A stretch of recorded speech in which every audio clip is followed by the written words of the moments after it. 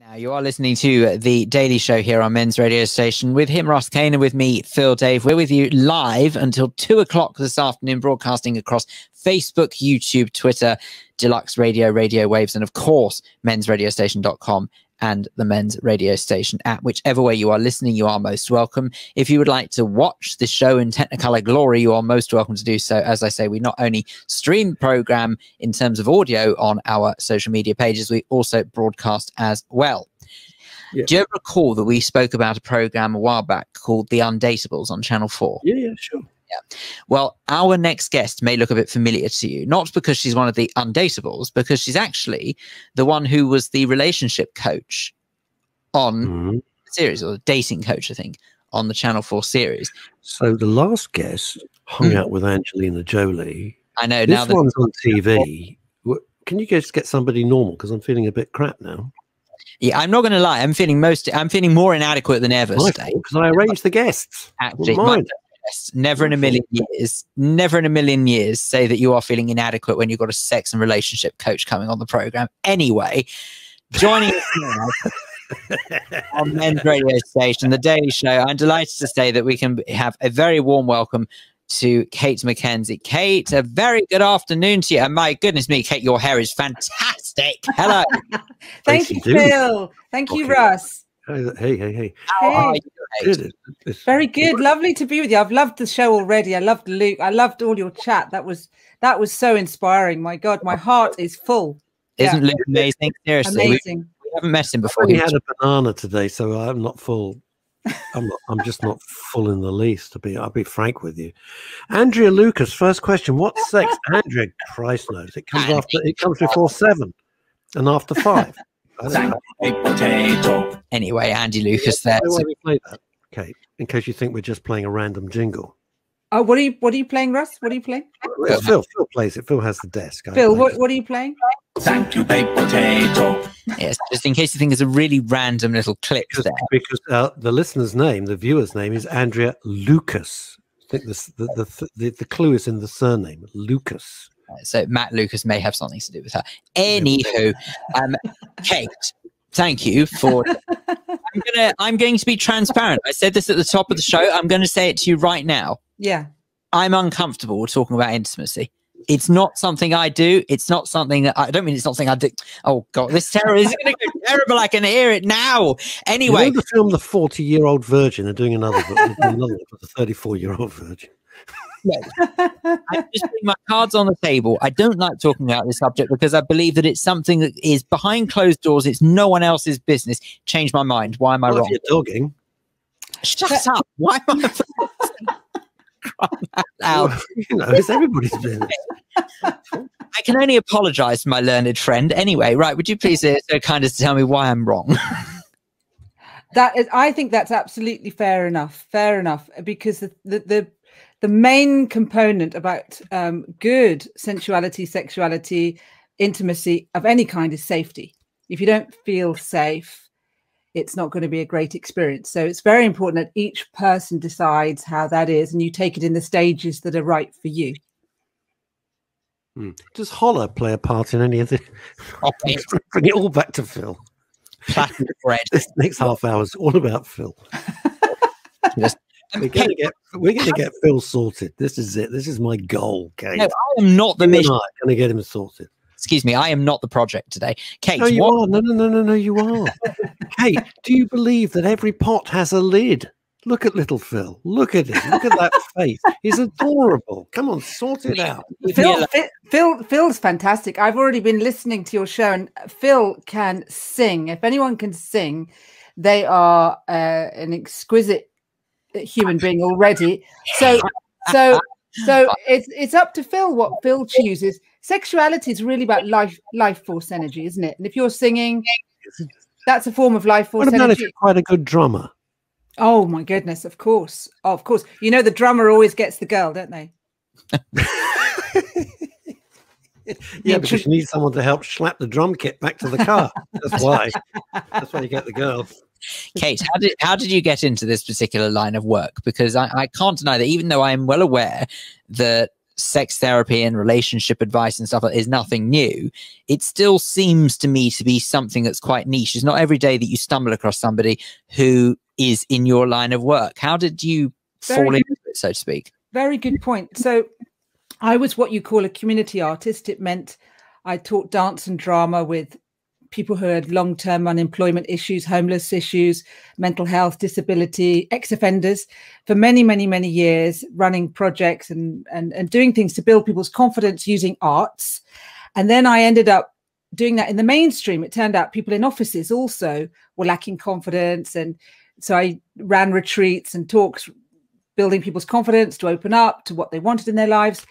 And then after running some retreats in different countries, I really discovered that it wasn't enough to just look at what do you want in your life. People had real wounding about love. They had real wounding about their heart. And because they'd gone through perhaps breakups or divorce or disappointment or grief, like you were talking earlier, and it was too difficult. So people were finding it frightening to go towards opening up their heart or love or whatever you like. And I decided to become a therapist and study love and study intimacy and study relationships and why it feels so dangerous potentially for some people or so difficult to open up about, because I wanted to have more tools to help those who felt this is too much. I can't go there. And so that's what took me down that journey. And then it's gone further and further and further because I've realized, really there's a lot to learn about how to help people connect on all the different levels: communication, sensuality, sexuality, but every different stage, if you see what I'm saying.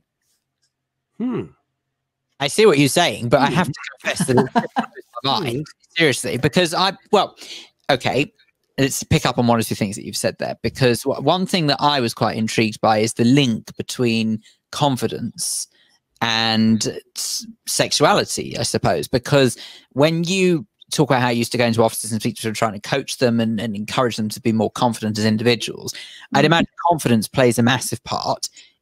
God, why does everything sound like a double entendre? I would imagine that... It's all right. Kate used the word tool. We let that slide. Stop it. You let that slide, indeed. I would imagine that confidence is quite key to when it comes to the line of work you do now. So actually sort of that probably geared you up towards sort of really being able to help people in the way that you help them.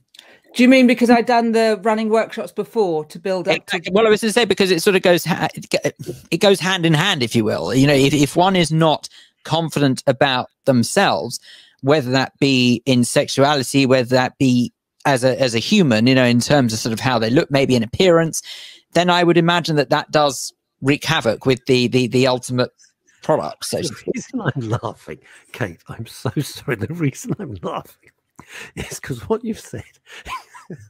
Sometimes, if I'm visiting my very close friend, and there'll be some issue, I say, you know what?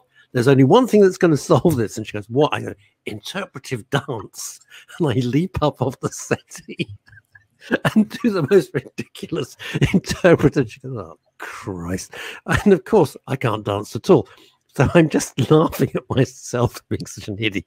That's brilliant. That's brilliant. Humor, laughing, singing, starting to bring things back to playfulness is the key, because of course sex, just the word can sound so serious, can't it? And it can sound exactly like I've got to be the most confident, the most brilliant performer. And as soon as we get it lighter again and we bring it back to little mini moments of laughing and exactly that, I sometimes teach couples how to dance and strip for each other, not naked, but to play, to flirt. Because what happens is you sometimes get together with people and it's fine. Then after a while, you start to know them and it gets terribly serious and people don't know how do they go back to flirting again? Boring as well. Right. How do you make it funny, silly, flirting? How do you make it less so serious? So you don't have to think, I have to be so confident. I have to be so brilliant to deliver a great performance in one's mind. Does that make any sense? So it is. Yeah. How do you bring that interpretive dance or singing or laughing back? Well, what's curious, well, frankly, I should imagine the sort of the state of Ross's interpretive dance, anyone would laugh, but precisely, that's the whole point. It's completely hopeless. Of course it is. It's really stupid. I suggest, though, that one thing that I've never really sort of thought of is that there is pressure on both sides. You know, whichever type of relationship someone is in, whether it's heterosexual, homosexual, whatever it may be, there is pressure on both people involved in the act, as it were, to get it right. But they probably don't think like that, because they're probably thinking so much, oh, I hope it's not on me, it mustn't be on me, what can I do, what can I do to improve it? They're so sort of conscious of themselves and what the other person might think of them, that they don't necessarily think that the other person might be thinking exactly the same way.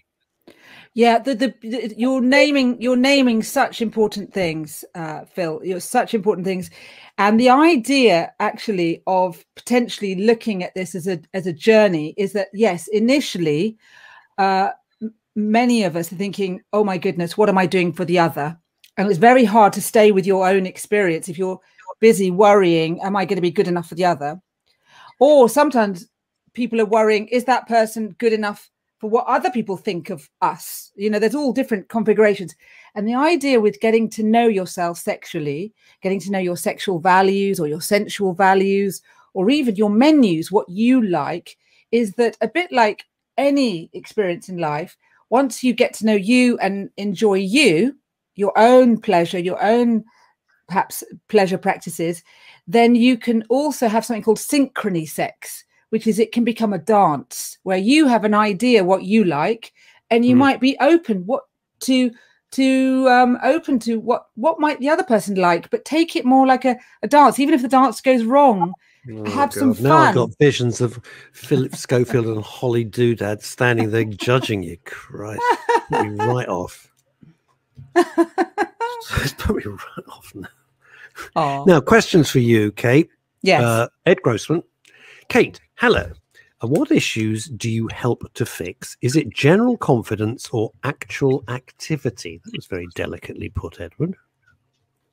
Beautiful, beautiful. Ooh. So sex therapy, traditionally, there's different parts to it. One is a CBT part where there's behavioral things to do, so things to go home, and if it was a couple, you'd get them to do exercises, or if it's a man with erectile issues, you'd get him to engage in exercises, or a woman who's having difficulties as well with vaginismus or different with what? issues. Sorry, with what? Whoa! Hang on, just a couple. Hang on a minute. What? You can't tell us that. We don't understand these terminologies. I don't know what I mean. So she might have involuntary contraction of her vagina, which means it's difficult to contain a penis.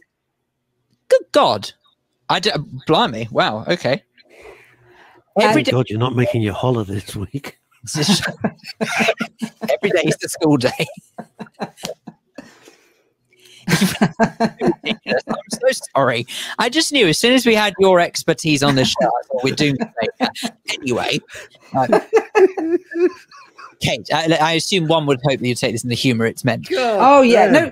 Laughing is this is complicated stuff. But in all seriousness, Kate, I actually wonder whether or not that this is in some way a normal reaction when you speak to people for the first time, because they're laughing at you. It's no, laughing at you. We love you. You're great. I'll be honest, it's making me nervous. It's making me uncomfortable. And I don't know why, because it's natural. It's not, everyone does, for crying out loud, but I don't know why. It depends, Phil, how you grew up. So we have something called legacy burdens or legacy riches, which is what were the information in the systems around you or the family around you or what you grew up with. And was your sexuality accepted in the family or the systems you grew up around? So some people may feel ashamed or be squashing themselves in some ways. And so there can be really different parts to this to look at and investigate.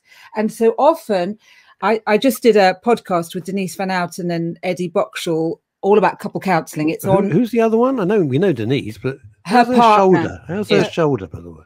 I think it's mending. I think she's on the mend. That wasn't funny, was it? That was no. This was the podcast series Getting to I Do, yeah? That's right. Thank you so much. And what happened was they had 6 different couple counselling sessions, but when they had mine, their first question was, do we have to take all our clothes off?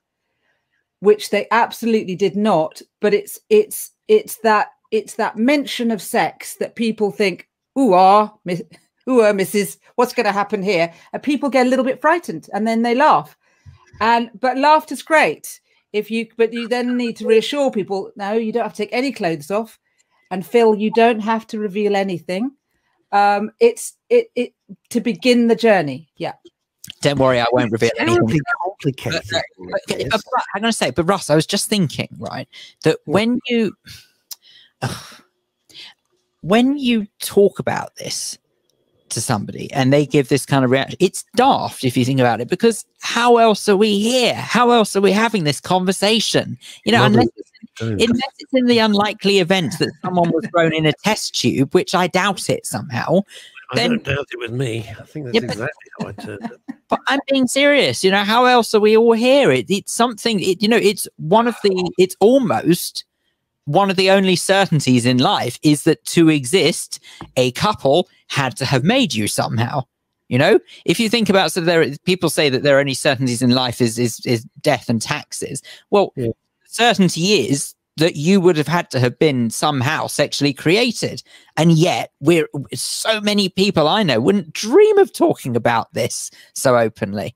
They're just twitchy about it. I don't feel like I'm myself during this interview. I'm not going to lie. I'm actually very on edge. And I don't. Why are you on it? You know, the thing is, Kate, like Phil's younger than two of my kids, right? Which I always forget, and I have to remind myself every now and then. But here's the thing. Right. I've got to the age I have, and I've never kind of thought it was that complicated. I've always just had a bloody good time, to be perfectly blunt with you. And that's it. I'm really happy. I've just had a damn good time. Okay, but this is my point. A very good time. But, hang on a second. No, having a good time, perfect. We've all been there, all done. Right. That's not what I'm getting at here. What I'm getting at is that we are on live radio having a conversation about intimacy, which I would not normally think of doing it. I mean, I wouldn't normally think of having a conversation about said topic. Hang on a minute. Kate, forgive me for 1 sec, because this is important, right? Okay. We discuss on this show, since we started the radio station in January 2019, death, cancer, suicide, depression, anxiety, huge issues, right? The guests that we've had in, Phil and I mean, I'm just filling you in here, if I can say that, Kate, with guests who have survived suicide, whose brothers or sisters have, have ended their lives in the most tragic. We've dealt with really terrible things. This should be a great thing, right? This isn't death. This is the opposite of death. This should be just life affirming and fun and great. Right. And yet you're terrific in the studio, Phil, discussing really, stuff which breaks your heart, and you're uncomfortable with this. And I think I know why that is. If I may, Kate, sorry, I'm not taking up your time, but I think I know what that is. The reason why I can handle some of the more serious subjects, such as loss of loved ones, such as cancer and all of these sorts of conditions that we cover, is because I feel as though I've had enough life lessons to tell me I should react to that. Yeah, good point. I haven't had, as far as I'm aware or concerned, any life lesson in the way, the art of talking about intimacy. Very good point. Something that goes on behind closed doors, and that's all I know. Very good point. Very good point. And it's really nice that you're able to say that, I have to say, because that, not that you have to say anymore, but that starts the journey. If people can't say how afraid they are or how angry they are, I can work with people because of that. You may have heard something called incels. I don't know if you heard the idea of incels. And there's some people who are very angry because they feel like they haven't had a chance to even engage sexually, and they feel like they've missed out on certain experiences. And there is something about really naming that it's not easy. That's the starting point. So I want to say thank you for naming that, because I think it's not easy for lots of INCELS. Incels. INCEL. Yeah. Oh, incels. Oh, sorry. I thought you were talking about the computer company. I kept seeing that word cropping up, and I have absolutely zero idea what the hell it meant.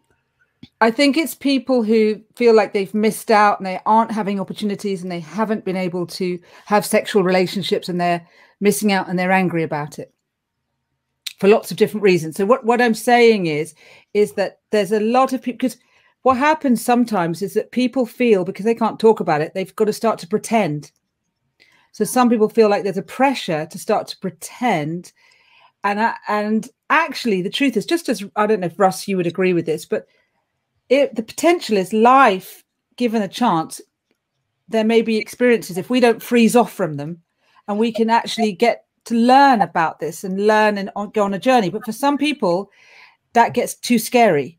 And so they can back away from those learning experiences. And so it's how do we bring that to the forefront to encourage people to go gently and name the fears. And it's so exciting when people are vulnerable enough to say, I'm so nervous because I find you so attractive. It's very charming. But people think, I can't say that. I can't say that. That's the first mistake. First mistake back in the day, right? And this was always true. There was always, and you sometimes see, you would see a beautiful girl and they're on their own. And the reason they're on their own, because everybody else in the room is too scared to go up and say, hello. That's right. Can I get you a cupcake or, whatever, right? Slice of Phil's holler.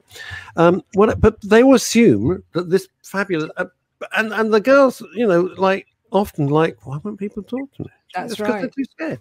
That's right. And, everybody assumes things about. Yeah, you make these huge assumptions, and when you, as that wonderful thing from The Odd Couple, I assume when you make an arse out of you and me. I always love that phrase. That's right. That's right. And this is the thing. Kansas University discovered that most people cannot read flirting signals.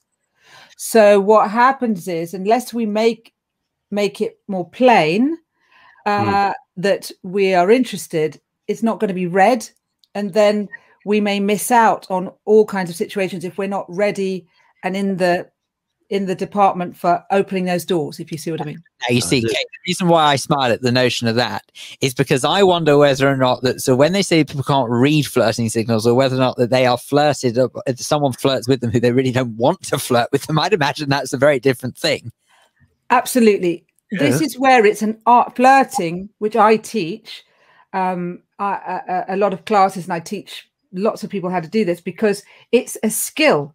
You need to know, do you want to be friendly flirting? Are you just being in service, like saying hello to the person in the supermarket? Are you wanting to emit that actually I'm attracted to you?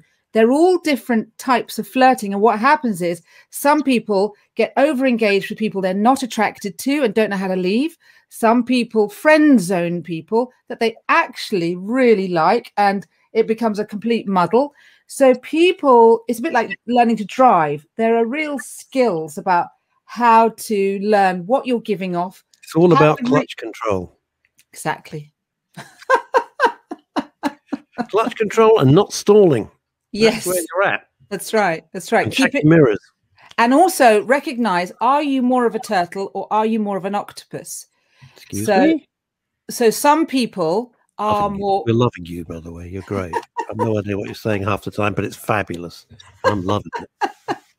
Your dad was right. Get her on the show. Your dad was right. Your dad's like your biggest fan in the world. Well, I'm very grateful to him. Yeah, thank you. He set all this up. Oh, well, thank you to him. And thank you to that. Did you not know that's why you're here? I did know that. I did know that. Yes, he's brilliant. I don't know. I don't know your dad, but he kept reaching out, and I said, okay, fine. He said, oh, you got to get my daughter on. I know. What? Yes, I know. It's all to do with Led Zeppelin, isn't it? Because you like It's to do with Led Zeppelin. It's a long story. It's all to do with Led Zeppelin. Exactly. Who I adored. Exactly. So, basically, if you're an octopus, you're more of a pursuer. So you're the go-getting type. Right. Some of those pursuing types may be good at pursuing, but they still might get no leads, and it's because they're doing it too strongly. So they need to learn how to relax a bit more, clutch control. But some people are turtles. They're holding back. They're staying back. They're a bit too scared of getting it wrong, so they don't make the move. Yeah. Those people I like to try and encourage them to come forward. So it's learning which side of the coin you're more on and helping you to adjust your gear sticks. Exactly. It's all gear sticks. What would Freud make of that? Now, here's the thing. You can work that one out in your own time. We've got so many comments. I am not reading them out because I will never keep a straight face. And you're being very, very naughty. Sen Monroe, I'm going to speak to you after the show, and you're heading for a slap. Telling you now. Ed Grossman, you're killing me here. And Martin Bell, who is in the therapeutic community over in Mallorca, and many famous models and actresses find men are nervous to approach. Of course they That's are. Right. That's right. Of course they are. Right. That's right. And it's only natural because you think you're going to be told to sod off or whatever. But you know, Kate, some of this boils down to, I guess, just my philosophy. Oh, I've got to the age that I have somehow. Is this? It's like, what's the worst that's going to happen? What's the worst can happen? And my dad always said, well, you know, if I got into a state as a kid, he goes, all right, what's the worst that's going to happen? I don't know. They're going to do that. He said, are they going to take you out in the street and shoot you? This is what he said to me. It's the only philosophy he had. And I said, well, of course they're not going to take me out in the street and they're going to shoot me. He says, well, there you go. So like, what is the worst that's going to happen? That's a real. So you're probably a very good guide to encourage Russ, especially sitting where you're sitting and experiencing what you've experienced. And we need that. We need other people who can say, have a go.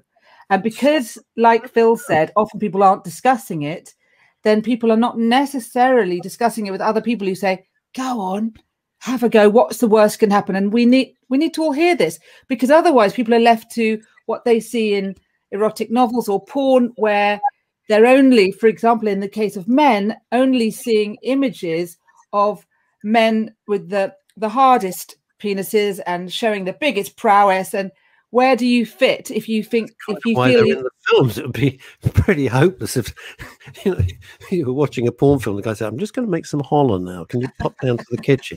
You've got 20 minutes of baking." And that wouldn't be great. Absolutely, but then it puts pressure on. Novel, but it wouldn't be great. Yeah, it can put a lot of pressure on people. That's what I mean. I apologize in advance if this is a daft question, but does intimacy have to be this complicated? Isn't it just a case of someone finds someone attractive, the other person that they find attractive finds them attractive, they have a bit of a thing, they get happy or what have you wanted, whatever euphemism you want to use, and as a result of it, then that's it, job done. Does it have to be as complicated as it sounds? So the thing about it is that it all depends on the configuration of the people. Some people are marvelous at having a hookup and saying, what do you like? Do you like this kind of kissing, that kind of kissing? Do you like oral sex? What do you like around touch? What do you like? And even some people are quite good at negotiating all the way through, and they're quite happy to talk through that and be equals. Many of us are quite happy when we first meet people, because you get what's called eros energy, or a download of a lot of attraction hormones for about 6 months. That. Eros energy, life force energy. You get all these hormones, and great. So people can have sexual, sensual interaction in a committed relationship, often without worrying about it for quite some time, until they hit difficulties in the relationship when they have to negotiate things, and then sometimes sex gets affected, sometimes it doesn't. But if you are feeling like it's not as simple as you're saying, Phil, then it's worth going on a journey. It's worth exploring. What are your needs? What are your wants? What are your values? What do you want? How do you want to relate? What kind of relationships you want? What's your orientation? How do you want to be? It's worth the exploration. Here's a few questions for you. What I was going to say, if I may, I mean, here is which might, I think, give some indication as to why I behave the way I behave. Now, I don't believe in labeling. As far as I'm concerned, I think the fact we live in a day and age now where people need to declare themselves as one label or another makes me sick. It's really stupid. It's just not necessary. But I have often said to those who know me, this is no shock. People aren't going to be surprised who do know me well enough, that I have no appetite whatsoever for intimacy. Now, I know some people label that typically as asexuality. You know, asexual is what they nickname it. I don't know why I think like it. You know, when everyone else around me is sort of saying, you know, like, oh, I'm still single, I've got to get that sorted. It's not even the way I think. You know, there is no part of me that thinks, my God, what am I going to do? You know, I must sort this out now, straight away. You know, I mean, curiously enough, I do sort of think that there is a major discussion to be had, how people who do think like this could potentially sort of one day look at the notion of family life, because I believe that just because one thinks like that doesn't mean they don't want family of their own. Yeah. But it's something that I don't talk about very often, because frankly, it's no one's business. That's the main reason. But when I do talk about it, I am quite transparent about it, because people have understandably jumped to one conclusion or another, including very close family, by the way. I've also said, you know, oh, you know, I don't see any sign of a girlfriend. In that case, he must be. Yeah. It's not that at all. Cravat. Yeah. I don't think people, they just go, he wears a cravat. What's all that? Yeah. No, I really love that. I really love that, Phil. I really love that, because what you're naming, and there's so many pieces to this, isn't there, is not one size fits all.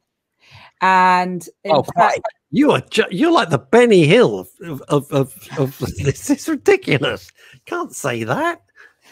I'm getting in before all the listeners all over the world start pounding in. I don't know what they're going to do. Right. I want to ask you a question. I'm trying to take this conversation seriously. So, Kate, I don't think no, I really appreciate both of you, and it's fantastic the bounciness between you. Sorry if that's not the right word. But it is the right word. But yeah, absolutely. People can be asexual. And it doesn't mean, sometimes, you probably know this, but it might be that someone wants to be romantic but not sexual. Some people who are asexual want to have intercourse, but for closeness, not because they actually want intercourse. You know, there's all different, they might want a family. There are so many different choices in sexuality, and it's really a huge area, just as each person is huge. Here's a big question for you. It's the one that I am fairly sure there's probably not enough time to answer. Are there too many choices now? Because think back to a time when we were told very clearly, boy meets girl, boy falls in love with girl, or girl falls in love with boy. They have a family. That's it. That was pretty much the only choice there was. Now, in an age where I feel it's probably the more sensible age to live in which, you know, we are free to choose what we want to be. But I don't know whether or not psychologically, for the average person, it's the best age to live in, because actually it's information overload. Is there too much choice now when it comes to sexuality? Very, very, very well put. One, people were always making these choices, but as you know, Oscar Wilde was sent to prison. As you know, if you look at gay rights, I mean, it was not long ago, it was considered a mental health issue to be gay, not long ago, and you were put in prison. There's been death sentences still in some countries in the world, and when we're not over what's happened to people around sexuality. In Saudi Arabia, you could still be stoned. So it's not over. I agree with you about information overload. I think it takes us into our heads. One of the problems with worrying about sexuality or intimacy is people worrying about in their head rather than thinking, what do I want? That's from their body, from their heart, from their genuine, authentic self, rather than thinking I should be this or I should be that. What do I want? And I think you're right. There's so much. But what I'm so grateful for is that people were making these choices. They were always single parents. There was always gay relationships. There was always people who probably would have liked to have been trans, but maybe didn't have the choice. But now it's more conscious. So there's some real positives, and they're coming more. But I agree with you. Also, the other side of the coin is maybe I've met with young women who, when they were having sex, they were just worried about what they looked like because they'd been watching so much porn. The whole thing was what you look like. They hadn't even connected. What do I feel like? So I think it's both and. It's how do we come back to being present, and how do we learn how to be really real, each person be real. So we've got this. Look at this show. Look at how you're talking. But yes, I agree. Help us out, Kate. Right. And this is, we live in a very peculiar time. It's a very complicated time. And I think history will not judge it very kindly, is my view, for a whole raft of reasons. It feels very unstable. What is a guy? You see, because and I'm not talking about women's liberation, which was always correct. I'm not talking about equality, which is always correct. There is absolutely, I've never understood pay women less than guys. Complete madness. You're doing the same damn job. It's ridiculous, right? I've always believed that. But what is the guy supposed to do? You know, we feel so constrained. If you look at somebody the wrong way, if you say the wrong words now, I mean, and that interview has just thrown deliberate gasoline on an already raging inferno, which is why it's so sodding unhelpful. So, you know, guys are like, wow, what the hell? Now, I'm not in that situation, all right? Because I have another half. But, you know, what are guys supposed to do? I'll tell you how bad. Let me put some context around that. Before COVID, when I was always on public transport, going into meetings and stuff, I would not make eye contact with anybody on the tube train. Anybody. Because God forbid, I didn't like the way he looked at me. He looked at me in a creepy, you know, and you just might be looking up and you might be thinking about something else. So I actually would either read a book or shut my eyes and listen to my audiobooks, which I'm always listening. What are guys supposed to do?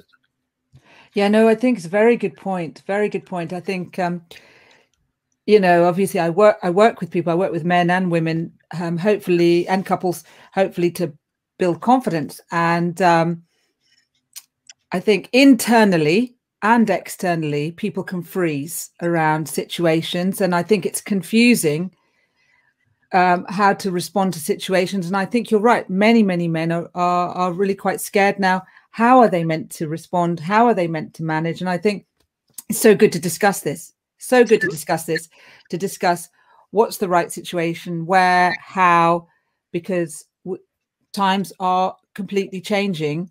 And you're absolutely right. It's been a lot of men feel intimidated now. So it's not intimidated. It's a question of, I really don't need this shit coming into my life. I don't need a court case over absolutely nothing. I don't need my reputation, which is very important, besmirched by complete lunacy. That's what it's about. It's not intimidating. It's like, I'd rather not even just get involved in it. So, I mean, it's about reading signals. If you know, within 10 seconds, if you're tuned in. All right, I'm going to be serious for a second. Back in the day, you know, within 10 seconds of meeting somebody, literally 10, if there's going to be anything going on or not, you know, you just know. It's just how it is, right? But you know, so you got to read signals. But you think, wait a minute, am I going to be accused of stalking? Am I going to be accused because you had what we'd had for many years, for centuries, or certainly decades, and now you got situations. But the last time I was in LA, which is like my second home, the last time I was there was a court case. It was told to me because a male guy came in to talk to a female colleague in the office and did what I've done a million times, sat on the corner of her desk to have the conversation. There was only one chair in the, you know, it's like an office area. There was one chair. She sued him for sitting on her desk, for invasion of privacy and all the other wonderful things they dream up in California. You know, that's where it's got to. Yeah. So guys are, it's not we're intimidated, we're totally gun shy from this. Who the hell is in their lives? Yeah. No one. Good point. Good point. Good point. Which is why, in a way, it's so important for us to learn how to, one, slow down, read signals, attune, get present. I mean, and I'm not saying that there isn't a legalese culture in America and possibly coming here too. Well, it's here. Yeah, but be aware. We have to be aware nowadays, don't we? We have to be aware. And we have to be aware that some people may not feel they can say no. So they may choose to go down another route, like a legalese route. So it's being aware. Explain that. You've just told me that he did something that she didn't like, but at some level, she didn't say, no, could you get off the desk? She took him to court. But he wasn't being, in all seriousness, because the people knew him, he wasn't being flirtatious. He wasn't being weary. He literally was talking about a business thing, and he just sat on the edge of the desk. There was no. sexual connotation to it. It was like Right. there's only one chair in the blooming room. So Yeah. quite a long conversation. I'm going to perch myself on the edge of the desk. He wasn't Yeah. laying over the desk, you know, like a Mel Brooks movie. No. He was just perched there, and she sued and won. Wow. Yeah, because it's madness. But you know, every company in America and most individuals have what they call a $40,000 slush fund. And literally, it's $40,000. That's the please just piss off and go away fee.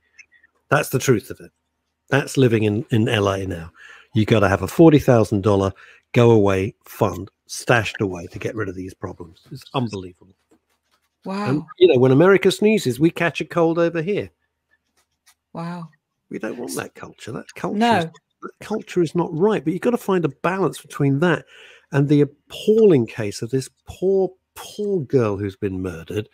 Allegedly, I don't know what the hell's going on with social media at the moment. Allegedly. Yeah, can I just say we will not name No, on the absolutely not. I cannot believe this has been permitted. It's extraordinary what's happened to the rule of law in this country. But, you know, where once again the focus is on men, we're all, you know, everyone gets labeled with the same thing. That is completely unacceptable. It's absolutely terrible. And every woman I know, without exception, has been followed, has been flashed at, has been touched up on the tube, has been intimidated in the office. Without fail, I have never met a woman who has not had these problems, and they are unacceptable. I know, I joke and I muck around and I laugh because that's how I like to go through life. But those things are completely unacceptable. So as a guy, you find yourself suddenly, you don't want to be with that group, but you don't want to be on the extreme where you can't sit to somebody and literally have a business conversation and then find out you're in a lawsuit. It's difficult. It is difficult. It is difficult. And the thing about it, actually, they've done studies, and women are violent to men to the same level. This is worldwide studies that men are violent to women. The difference is in the physical build. So there's more damage done to women, which is why we need and have to, there has to be so much support, because the physical damage is different. It's to do with the physicality. You know, whichever way you want to dice it and slice it, men biologically, usually, unless you're Ronda Rousey, are physically strong. She's an MMA artist. You know, are physically stronger. But we've had guests on the show, Kate, men who had the crap beaten out of them by their definitely. partner. No, it's equal. It's just the size that makes the difference in the impact that happens. The thing about all of this stuff, which I think you're talking about, is that we're in a journey in life, and it's not easy, is it? You know, it's like dialectical psychology, you know, like dialectical materialism. You get things crashing up. Well, you've lost me. What does that mean? And you get your phrases, because we're learning so much, but I don't know what they mean. So we're in big changes. Yeah. We're in big changes, looking at race, I loved what Phil brought in about asexuality. You know, it's very important to bring in, not everybody wants sex. Not everybody wants, you know, and these are really important times and really important things. And it's really been important that men find ways that they can approach people if they're heterosexual men and they want to approach women, or gay men and want to approach other men. However it is, it's important that people feel they can. And how do we do it? How do people do it so that it has got consent? And what we're talking about in a way is consent. Now where you've mentioned that, here's a question, something from Ed Grossman, who's a very, very clever fellow and highly accomplished in his field. And it's this: Kate, I think you need to comment on having to obtain an explicit okay before sex. Very good point. And from an Australian court case, the okay is ongoing. There was a court case in Australia which took about 5 years, where a girl was raped by a guy in a nightclub, and she's on camera saying yes, but she was a bit spun out. You know, she came in the door, he raped her, it's on camera, and they made a court ruling that actually she disassociated, she'd frozen, she didn't know how to say no, she ended up doing something. So there's something about checking in with people. So if somebody says no at any point, that needs to be honored. So that somebody might say yes, and then they might say no. Any of us might say no at any point. We've moved on. I hope. I'm sorry. I'm not going to be graphic here, but this is true. We've moved on. Oh, but we went out for dinner, and then she said, "Come back for coffee," and then we go to the bedroom. Yeah. And what was I supposed to do? Well, no means no. Yeah. And the fact that you're going to go home and go, well, that was a terrible evening, and what a waste of bloody time. That's your problem. Get over it. You know. Yeah. Means no. And there's no wiggle room around that. That is, I totally agree with that. And there's a wonderful journey, and I think this is what also Phil was talking about, is about our own consent. What do you want to consent to? What do you want or not want? Each of us really working that stuff out. And so we can have dialogues with someone, so it might be, I really feel drawn to you. Would you mind me talking with you? Would that be okay? But also I wonder whether or not sort of part and parcel of the problem is that we don't like to, there is some sort of shame that comes with admitting to another individual that what you are about to try with them is something that you're trying for the first time. Yes. From anything, from anywhere, whichever which way. Yes. And it could be at any age. It's extraordinary that at any age that is almost shameful when you need to admit to somebody you won't admit. It's so interesting you use the word shameful. You what? Sorry? It's so interesting. I've never heard you talk like this, and I've known you for forever. Yeah. It's so interesting that you're using the word shameful. My view was, hey, let's give this a go. Well, no, listen, I'm not going to go, oh God, go into a whole, psychobabble thing about it. No, I agree completely that ordinarily there shouldn't be any shame involved at all. No. But what I'm trying to get at is it's curious how some people who they are trying something for the first time would be worried that it was sort of shameful to admit, actually, do you know what, I've never done this particular, what we're about to do before. And I think that that's a major flaw in society, in our ability to be comfortable with sexuality. I think that's beautiful, because I think looking at sexual shame, so how did your caregivers grow up? How was shame talked about? How has sex been around you? What have you noticed in society? Are you carrying shame? And if you, and I agree with you, Phil. I mean, I also love what you're saying, Russ, because you're talking about being more confident. But I agree with you, Phil. I think for many people, it's really scary to say, do you know, I feel completely nervous saying this, but I really like you and I'd like to get to know you. And this is excruciating for me to say this. That's charming, but that's hard for many people to say that, because they think, oh my God, they'll think what will they think of me? And or if I'm not experienced enough, or if I haven't got enough experience, will they want me? And it's such a shame that that's there, but that has to be talked about, that shame. So I can't speak on behalf of the kids. The twins are 22. God knows. I'm trying to say. I think one is horribly like me and the other's not. But putting that to a side, so I'm at a certain age, and therefore I have a slightly different viewpoint, and the women and the girls that I grew up with, they have a slightly different viewpoint. And from their viewpoint, they like a confident guy. Not I'm going to say cocky, but I can't stand by for Ed Grossman and Sam Monroe making ridiculous comments. I can't. But you know what I mean? I don't mean like bravado, but a confident guy.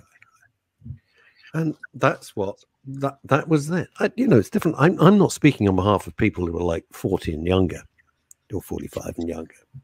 It's not my world. I'm really sorry to do this, because this is a fascinating conversation, truly it is, and actually I've surprisingly enjoyed this more than I may make out I have. But even so, I'm thinking whether or not we can tempt you to come back and speak to us again at another time. Absolutely, that'd be lovely. Thank you. Excellent stuff. Has it been excruciating for you, or has it been all right? I've been in heaven. You two are divine, and I really love. You're a great match. You're a fabulous match. So that the interaction. Move in together and solve Phil's problem. That would be it. I was going to say, I'm not picking out curtains just yet, but thank you for saying so. John Lewis and give it a go. Kate, you've been terrific. Thank you. And Thank you very much. it's really interesting. Here's the thing, that you came on and the first thing Phil said, wow, your hair is fantastic. Now, other people, because it's a statement. Let's be honest. It's like, wow, it's a statement. But, other people, if you did said that in America, they're like, well, that's sexist. That's rude. Oh, for heaven's sake. For me, no, you didn't think that at all. But I'm thinking, this is how careful you have to be. It's a compliment. And I never even know now how you can even pay anybody a compliment. That I find really scary. So if you want it to be more neutral, what they're doing or what they're wearing, because they made choices about what they're doing or what they're wearing.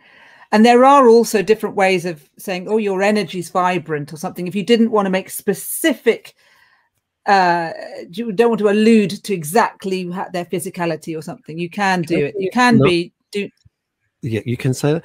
I'll tell you how nuts it is. And this was told to me by Chantal, who's our guest today, is every week. Chantal was the CEO of BAFTA in LA. You're not allowed to say, if say you and I work together, I go, how was your weekend? That's okay. I'm allowed to do that.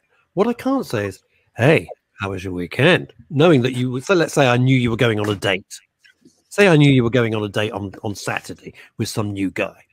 Yeah. I don't know anything about your private life. Just assume we work together. Yeah. And I go, hey, how was your weekend? You could sue me. Really? That's harassment. That's a genuine example from HR. I'm not making it up. That's where we're at, which is why I think it's very island. See, it's very interesting. It's just very interesting. On one level, America develops things and grows things and makes them big. As a result, sex therapy is huge in America, and it's big business actually in America. In England, it's people haven't even heard of COSRT, which is the main body of sex therapists. So it's COSRT.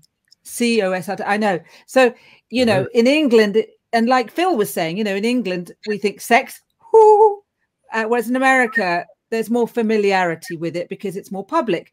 But on the other hand, America also goes big on other things and more serious. Whereas perhaps in England, I loved what Hugh Grant said. I watched his interviews and he said he learned so much from the Americans because his attitude was so English. Just learn your lines and turn up. But he went, that's it. He went to America and he discovered they immerse themselves. They're very serious. It's a big intention. It's a big art. And maybe there's something between the two. Maybe there's something between the two that can be learned. Kate, in Marathon Man, which starred Dustin Hoffman and Sir Laurence Olivier, Dustin Hoffman came in and he angst, and Laurence Olivier summed up everything. He said, my dear, have you ever tried acting? Go away, learn your lines and shut up. That's what it's about. That is it. Don't bump into the furniture. And what a way to say, Kate Mackenzie, thank you so much. Thank you very much. What a great guest you've been. Huge fun. Really, really appreciate it. Informative, and thank you for doing a good sport as well. And come back to us, won't you? Yeah, I'd love it. Thank you very much. Great show. Well done on your show. Fabulous show. Thank you. Okay, bye-bye. Bye.